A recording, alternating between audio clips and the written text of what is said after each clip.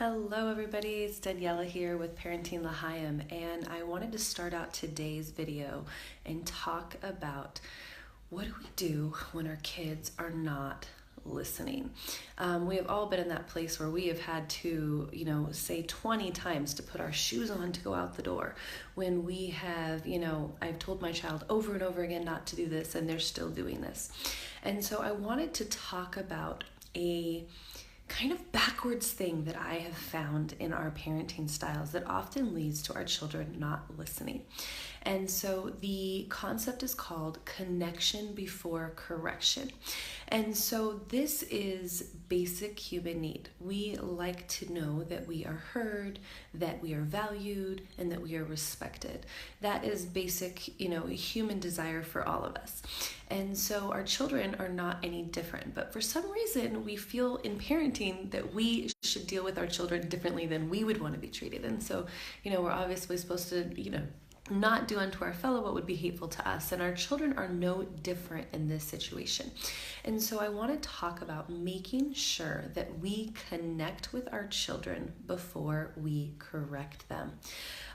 The sages, bring down about, you pull them in with one hand and you push them away with the other. This is a very, very important concept for us to grasp and to hold on to.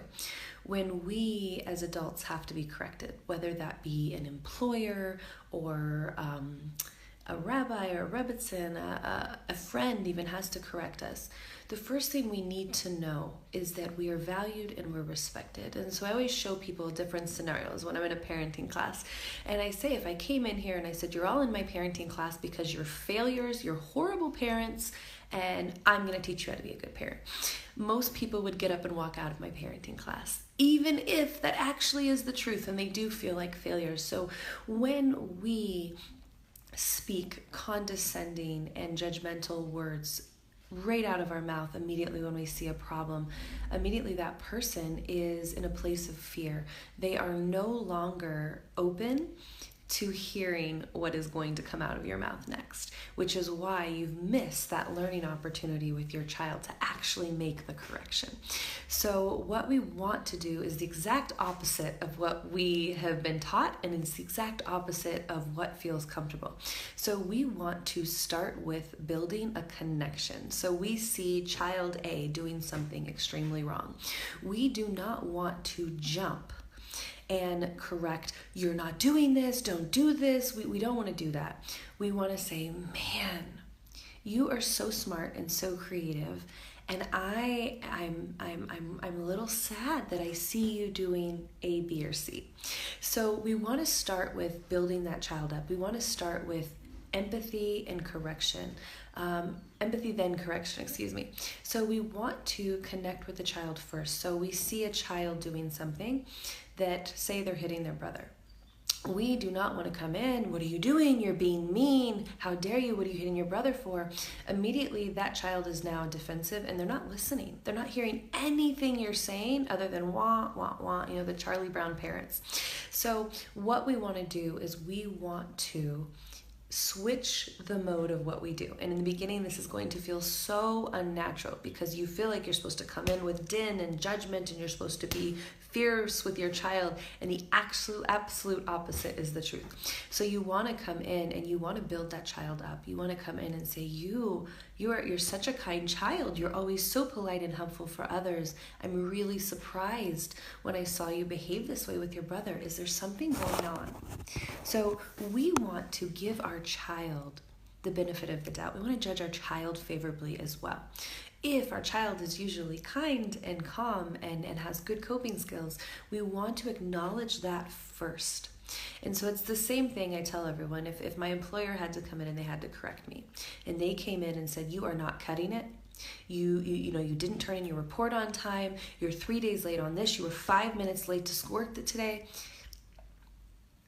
I'm not listening. I'm in defense mode. I am, how dare you? I've been here 40 hours a week. I was here early 5 days this week. In my brain, I'm defending myself. I'm not listening to what my employer is trying to say. So we need to learn to come with empathy, because if we start with that connection, then our child is not defenses are not up, they're not in fight mode, and they're able to actually hear what we say. So this is really, really important. We want to connect and then we want to correct, not the other way around. We want to make sure that our children are actually listening when we're correcting. If not, we've heard this saying a million times, I'm talking to the wall, and I might as well be talking to the wall if I start with correction. My child is not listening, nor am I as an adult. If my husband walks in the door and I start with, you didn't take the trash out, and you didn't this, and you didn't that, he is not listening. His gloves are out and he's ready to defend himself, and rightfully so. So we want to make sure that with our children, we're not closing their little ears off to hear the correction they need to hear by our own mouth. So we want to make sure that we are connecting with them first, empathizing with them first. Hey, it looks like you're having a really hard time getting along with your brother right now. Are you okay? Then they're like, yeah, he really hurt my feelings. Now we're going to get to the root of what's going on. And I'm saying, I'm sorry your feelings are hurt. Let's talk about how we need to treat others. Now we are not in a battlefield. Gloves are off and we are not having to fight to deal with whatever correction we have to give. And they're actually listening. So if my employer walked in and they sat me down and they said, you are an amazing employee and you give so much to this company and we are so incredibly grateful. And we notice that you're struggling with getting your report. Is there anything we can do to help you make sure that's done on time? I'm not going to feel defensive. I am not going to be gloves out trying to fight. I'm going to listen and I'm going to be a lot more willing to fix the problem. And that is the same with our kids. So we want to make sure that we show empathy before we correct. So we want to acknowledge something in our child. We want to acknowledge that we see they're struggling, and we want to do so from a place free of judgment. I am not always super mom. I am not always nice. I can say things unkind when I'm tired, when I'm stressed, when I'm overwhelmed. And so can our kiddos. And so we need to make sure that we show them, hey, you are my sweet, kind child. And I'm seeing that you're struggling to be kind. Is there something going on? Because oftentimes it's the problem below the behavior that we need to address, not the behavior is not our child. The behavior is a result of an unmet need in them, something that's going on that they're not coping well with. So I want to really encourage everybody, the next time you see your child misbehaving, behavior, things of that nature, instead of correcting first, try and connect, and then they'll yell. Bye.